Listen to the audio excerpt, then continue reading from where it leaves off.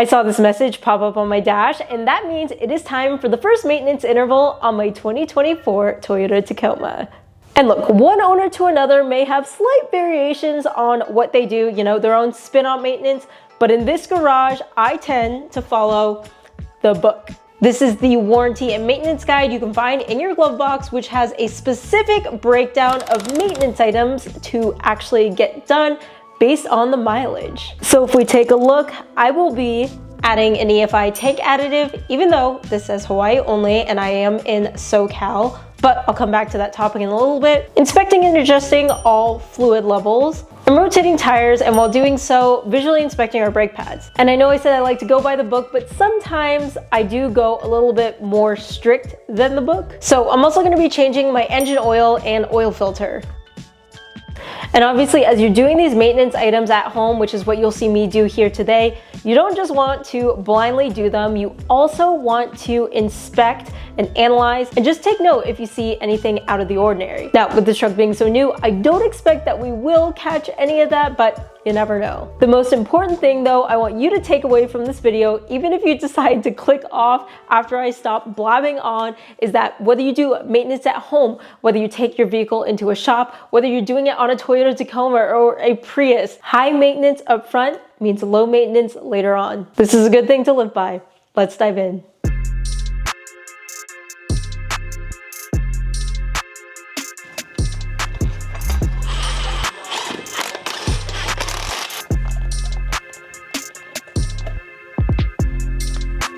By the way, this video is brought to you by Onyx Off-Road. There's some days like today where you've got to put in work, you know, work hard on the truck, but that is because we like to also play hard too.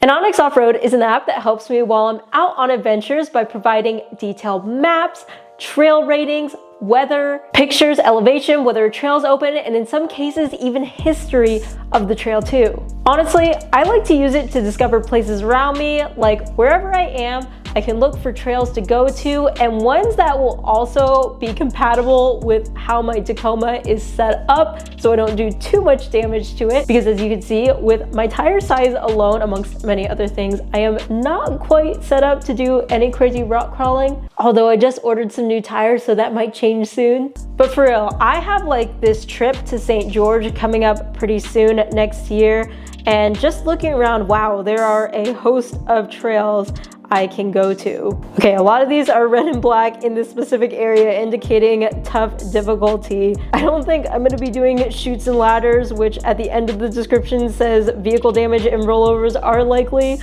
but super cool looking trail. Looks like there's a couple blues and greens nearby that my 2024 Tacoma as is could do, like this 1 out of 10 difficulty rating, Lower Dunes Road, a dirt or rocky road with gentle grades, but also pretty cool views if you ask me of Southern Utah. Either way, I'm a huge fan of the app because while it is a subscription based, I totally think that even if you use the app once a year for one of your adventures with the discount code they have set up for you guys, it is totally worth it. Like, I pay way more for a single tank of gas for this truck than a year-long subscription to Onyx. It's just so great having a peace of mind while you're out there, and also, again, discovering new places to go to. So if you're interested, check out the discount using the link down below or using my discount code. But for now, let's get into our maintenance. All right, first up, oil change. And a new part of my routine has been popping out my little removable JBL speaker that came in the new truck, which, yes, seems like a gimmick when you just think about it, but in practice, I've actually really enjoyed having it because every time I'm doing work on the truck, I want to play music. It's always charged since I'm driving this thing often enough. Obviously, it has a place to live, so I never lose it, which has always been an issue with my Bluetooth speakers, so yeah.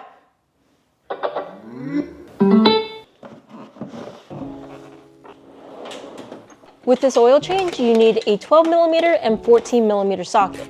The 12 is to remove the skid plates, and I'm using air quotes here because they aren't much of skid plates, better than nothing, but not something I think that come on the truck that are off-road worthy. The 14 is for the drain plug.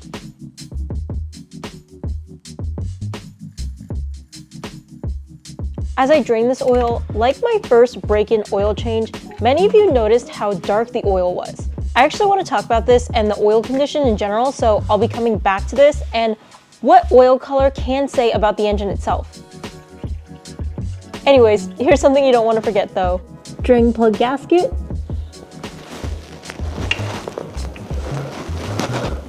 And I torqued the drain plug to 30 foot-pounds.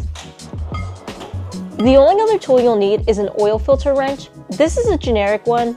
Honestly, not my favorite, but it gets the job done. It has a 3/8 inch drive, and there isn't much room here, so don't use an extension.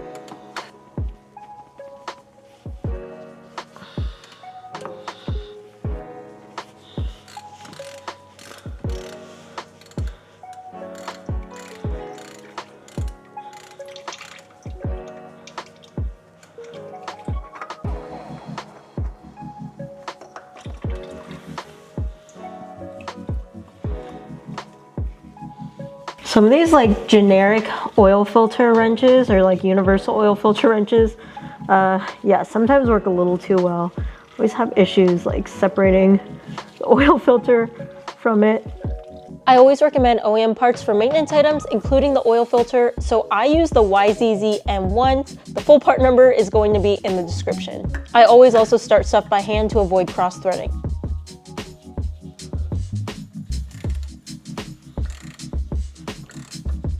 All right, let's take a closer look at this oil. So looking at this oil, as I mentioned before, a lot of people will say it looks very, very dark. And to be honest, it does look very dark. Part of that I will say is because of this green drain pan. You know, it adds kind of a contrast that makes the oil look darker than it actually is.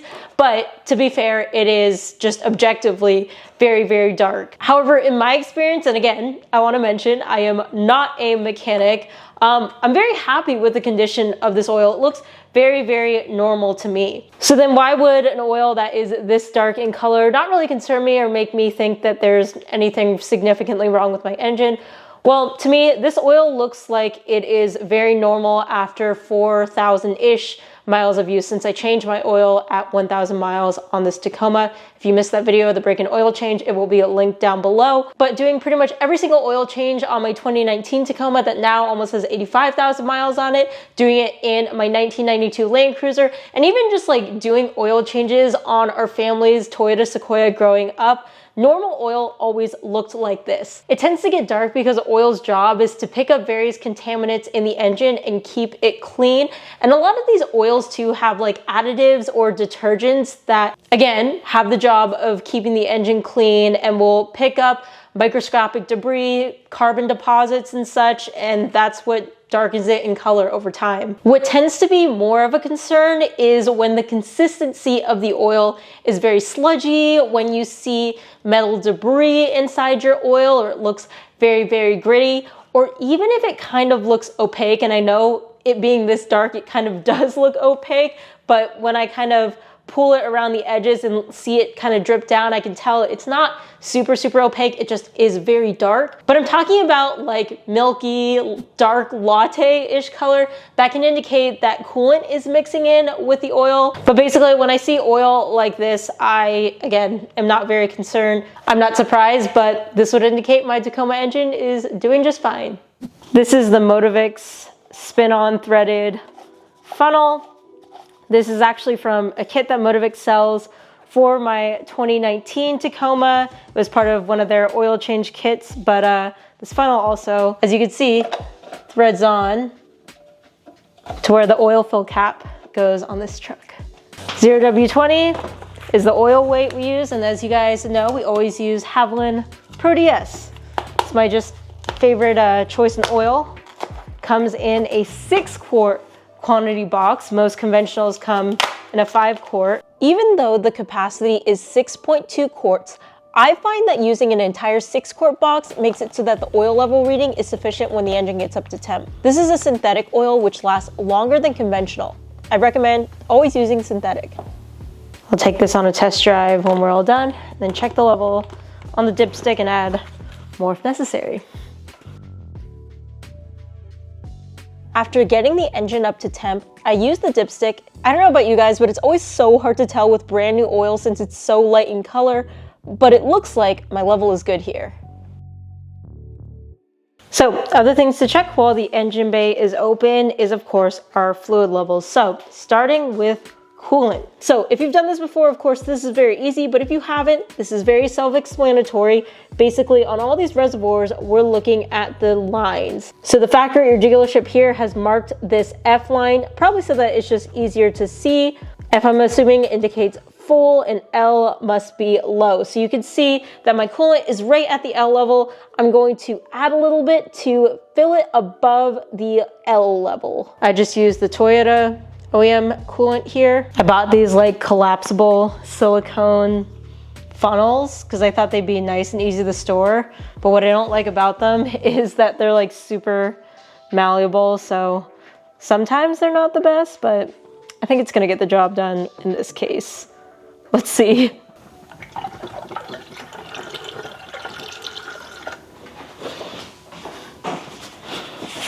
Gotta watch from this side so I can see the fill line.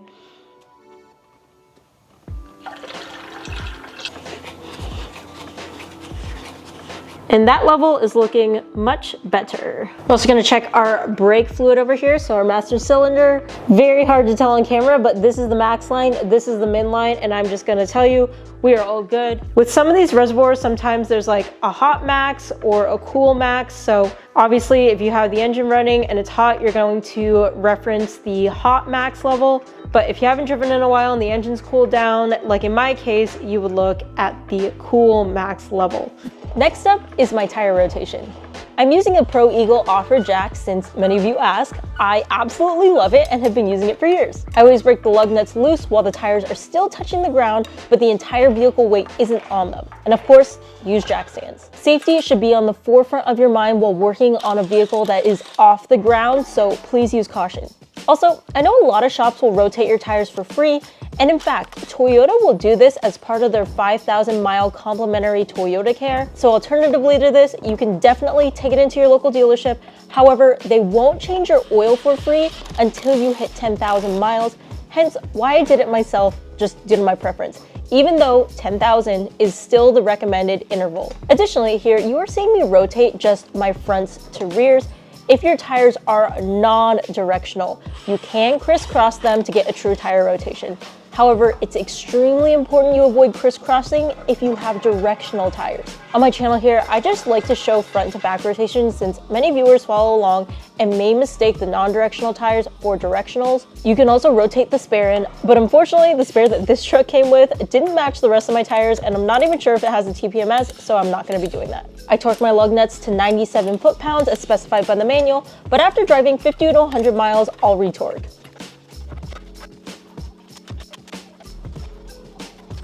While the wheels and tires are off, you can also check your brake pads. I've got my calipers zeroed out here, and this end, as you can tell, is going to be the best for measuring each surface. So starting over here, you know, there's specific tools that can do a better job of this, and this is going to be the perfect measurement ever. And this is what I'm getting, almost 12 millimeters. So basically brand new. Kind of makes sense because I'm a driver that does not ride the brakes too hard if possible. I grew up with my uncle who taught me to drive to use engine braking to reduce brake wear.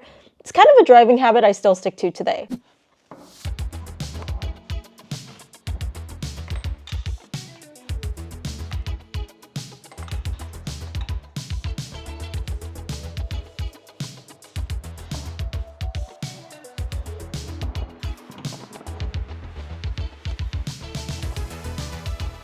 A lot of you guys ask me in these maintenance videos how I keep my hands relatively clean.